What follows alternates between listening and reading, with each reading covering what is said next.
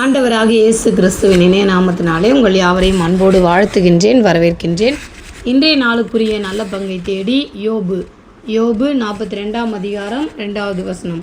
தேவரீர் சகலத்தையும் செய்ய வல்லவர், நீர் செய்ய நினைப்பது தடைபடாது என்பதை அறிந்திருக்கிறேன் என்று சொன்ன வார்த்தை.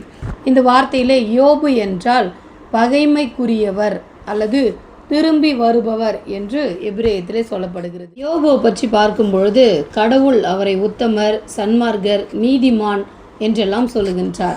ஆனால் அவருடைய நண்பர்கள், உறவினர்கள், ஊர் மக்கள் எல்லாரும் யோபு ஒரு பாவம் செய்து அவருக்கு வியாதியும் தண்டனையும் இழப்புகளும் ஏற்பட்டது என்று அவருக்கு அறிவுரை கூறுகின்றார்கள்.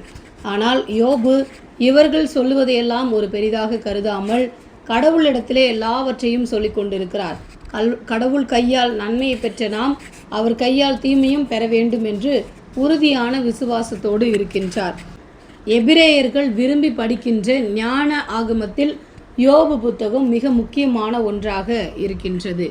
ஏன் எபிரேயர்கள் இதை விரும்பி படிக்கிறார்கள் என்றால், ஒவ்வொரு மனிதர்களும் கடவுள் மீது எந்த அளவுக்கு நம்பிக்கைக்குரியவராக இருக்க வேண்டும் என்பது யோபின் வழியாக அறியப்படுகிறது என்று அவர்கள் நம்பினார்கள். யோபு தன் வாழ்வில் நீதிமானாகவும் கடவுளுக்கு பயந்தவராகவும் உண்மை உள்ளவராகவும் நேர்மை உள்ளவராகவும் வாழ்ந்தார். எனவேதான் அவர் எந்த ஒரு ஜெபத்தை செய்தாலும் கடவுளுக்கு பிரியமானதாதான் அவருடைய ஜெபமும் இருந்தது. நாமும் கூட நம்முடைய வாழ்விலே யோபுவை போல பொறுமையோடு நீதிமானாக கடவுள் பயத்தோடு வாழ்ந்து அவரிடத்திலே நன்மைகளை பெற்றுக்கொள்வோம்.